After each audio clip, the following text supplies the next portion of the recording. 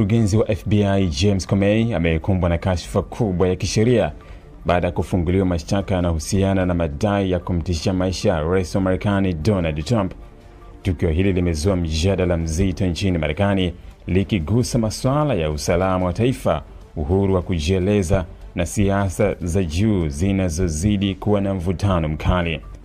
Chanzo kikuu cha mashtaka hayo ni picha ambayo Comey aliwahi kushiriki kwenye mtandao wa Instagram mwaka jana.